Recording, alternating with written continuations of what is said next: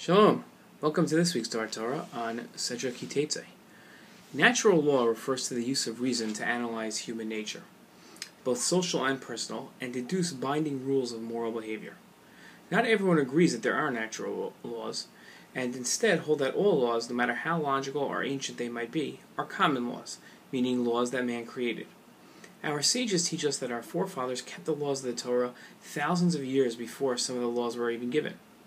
Many explain our forefathers were able to deduce the Torah's laws because the Torah's laws are deducible through reason.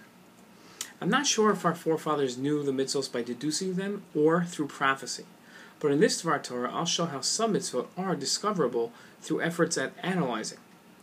I'll explain how mitzvot contain a specific rationale, and those sensitive to the Torah's rationale can deduce other mitzvot. I'll prove my theory with a comment of our sages on two psukim in our Sedra. I hope that the viewer sees the beauty and simplicity of Hashem's system in this Dvar Torah.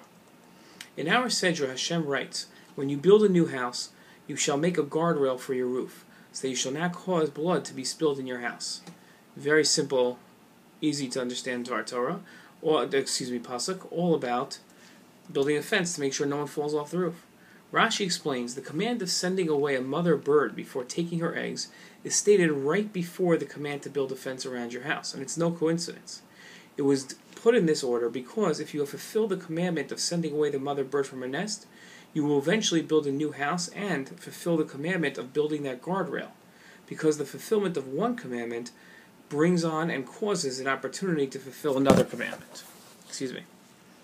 As our sages state, one commandment leads to another. To be honest, I'm not sure if I follow Rashi's logic. How would sending a mother bird away lead you to build a fence around your house? In his book, The Guide to the Perplexed, the Mor Nevuchim, the Rabbi explains that the mitzvah of sending the mother bird away is that the pain of the animal suffers under such circumstances is very great. There's no difference between the pain of a human mother and the pain of an animal mother, because love and compassion for one's offspring is not a function of reasoning capacity, but rather of innate feeling that many other creatures possess. A similar rationale animates the command to send away the mother bird. In general, eggs that the mother bird has already roosted upon, as well as very young chicks, are unfit for consumption. When the mother is sent away, she is spared the pain of losing her offspring. In fact, the person will often then decide to leave the nest undisturbed, since the eggs or chicks are not edible in most cases. If the Torah show concern for the pain of other animals and birds, all the more so how much we have to show with respect to humanity as a whole. The Rabbi explains that by showing mercy for a mother bird, mercy becomes a trait, and you begin to show mercy to humanity as a whole. Once the trait of mercy has been inoculated with you, a mindset of mercy for others becomes natural. Part of mercy is looking out for dangerous things for other people. A person with this sense of mercy naturally builds a fence around his roof.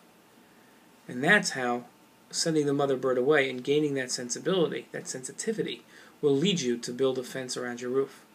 Mitzvahs flow naturally to those sensitive to the Torah's values. Just as the person sensitive enough to send the mother bird away will be naturally sensitive to the needs of others and build a fence, once we comprehend the Torah's ways, the rest of the Torah will come easy as well. Shabbat Shalom.